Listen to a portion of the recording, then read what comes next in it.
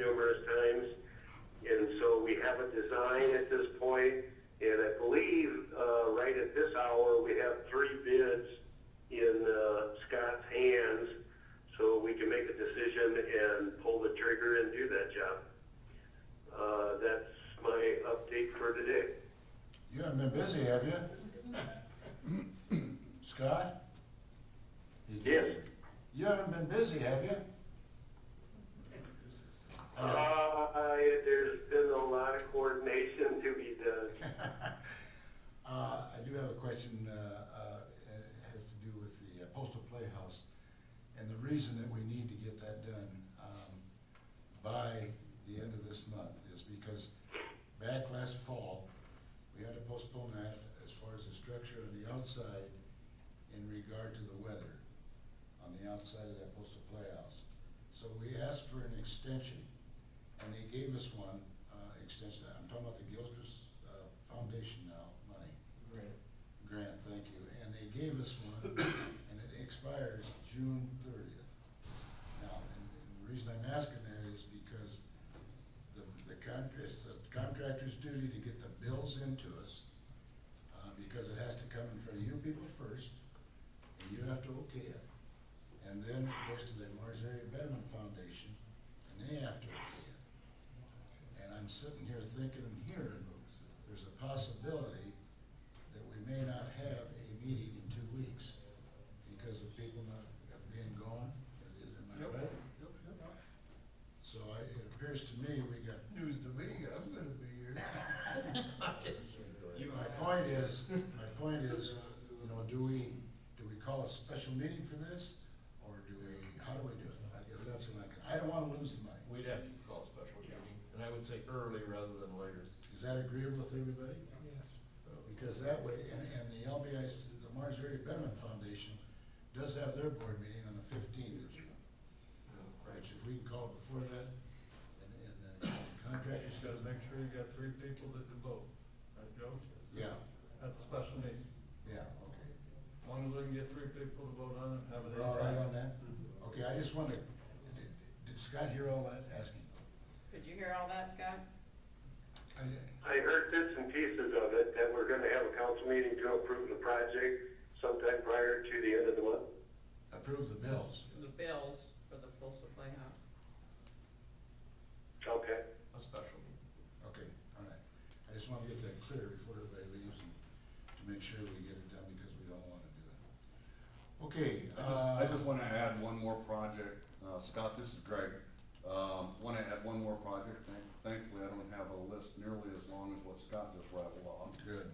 I've been working on a project which is signage for the walking trail, the rec trail. Basically identifying where people are at along the rec trail. I showed Scott a concept here a couple weeks ago. Looked very good, and then I looked at it again yesterday. I've been working with Kathy and Tanya out at Total Graphic Solutions, and our initial concept is way too busy, absolutely way too busy. So we're kind of staying with the same type of signage or the same concept, but we gotta eliminate some of the clutter because it was absolutely looking terrible.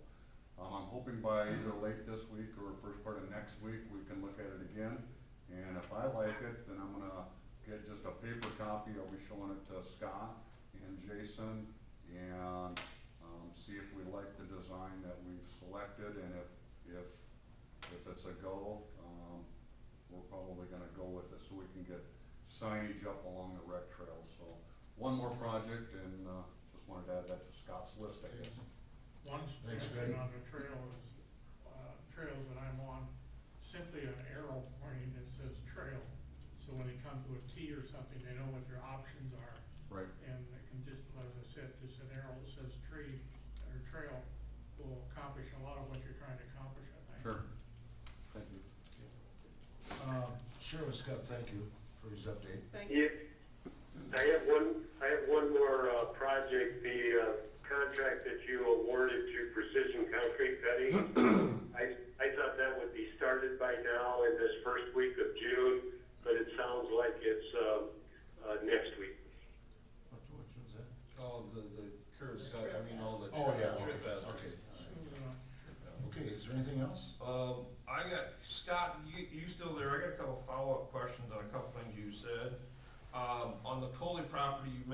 going to, remove the septic, great, fine and dandy. What are we gonna do for sewer out there, Scott? We're gonna do what we're doing for Dale Killen. We're gonna extend it up from the public sewer at the intersection of 21st and Lake. Okay, and then you mentioned, willow trees, west to east, is that run along the bike trail out there at that park pond? No, there's no set pattern. There will be a couple right at or near the west entrance. There'll be at least 2 surrounding the pond. There'll be 2 on the east side of the pond before you get to the shelter. There'll be 3 to the south of the shelter prior to getting to the Boy Scouts huts. Okay, so it's just, it's abstractly throughout the project. Kind of randomly spaced throughout the municipal park, yes. No problem, okay, and then, Scott, I've had about 5 people ask me, why did we put a blacktop strip on Central Avenue? Could you please explain that, because honestly, I think the project looks great, what's done, I'm just curious, because I have been asked. The asphalt that is on either side of Central Avenue is, I guess what I refer to as a transition. So when you do a white top, you have to have a minimum depth of concrete. Okay. And that minimum that was set as part of a design was 4 inches. And so that asphalt goes from 4 inches on the roadside to 1 inch by the gutter side. And so we either have to do those transitions with the asphalt, because you can't do it with Portland cement concrete. Too thin, right? Or Right. you would have to go through the extra added expense of complete full depth removal Right. of that transition area. And if you guys can picture what we did on 3rd Avenue East, right there by the courthouse, that has an asphalt transition on the east side, on the courthouse side. Next, down at St. James Church last fall, when we got going on the white topping, there's a transition of asphalt on both the east side and west side in order to make up the difference between the 4 inches of Portland cement concrete and the existing curb or gutter line. Excellent. I just wanted to be able to tell people that, because I honestly didn't know myself. And then lastly, as long as you're on the line, I've had a few comments I've witnessed of myself on my 4-wheeler when I was riding through the park. Ken, that's for you. I was out checking out the new campground area and stuff, and then I had a couple people bring up, can we kill that pond? There are massive schools of goldfish out there, and if our intention is to, have a camping, maybe fishing, Paulina type setting, would it be in our best interest to kill that pond and start over? I believe the answer to that is yes. However, I don't think anybody in the Mars is qualified to make that happen. So it was our game plan that at the appropriate time, and quite frankly, I guess we've kind of achieved that time frame, we need to get a hold of DNR Fisheries up at Spirit Lake and have them come down and advise exactly how to do that. There is a lot of koi fish in there, and so people that dump their goldfish or their koi fish in the pond think they're doing a favor, to the city somehow. They're really not. Those koi fish are kind of a dominant fish, and they propagate very rapidly. Right. And so I agree with you, Clark. I think something needs to be done. All right. Any other questions? I got one.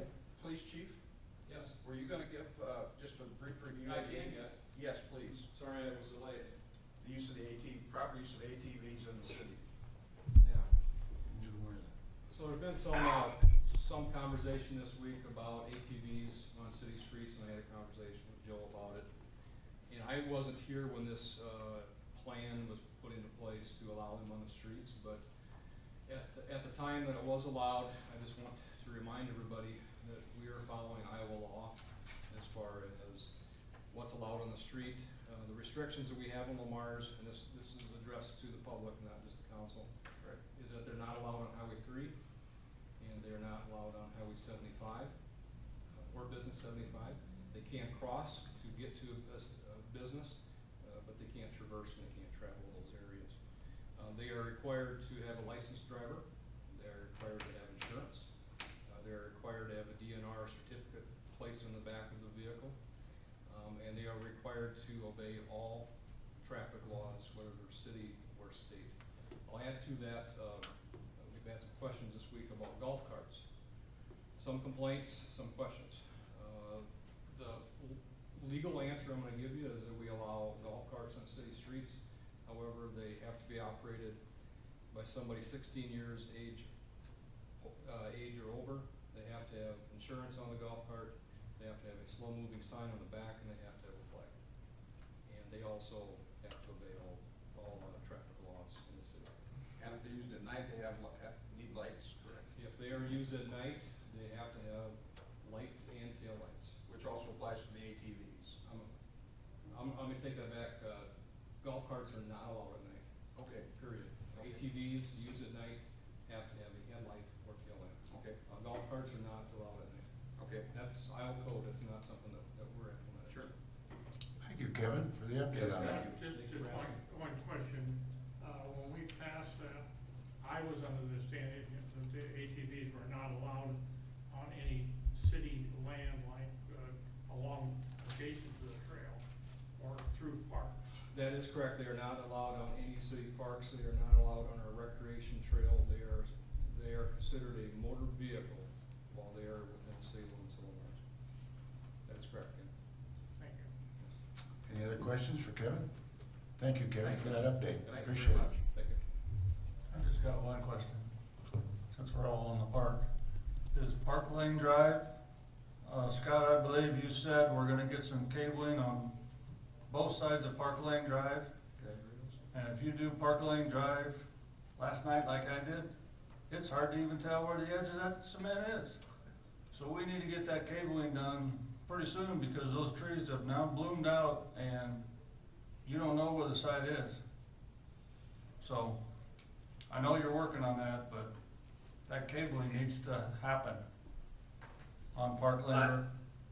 Yeah, I agree with you, Rex.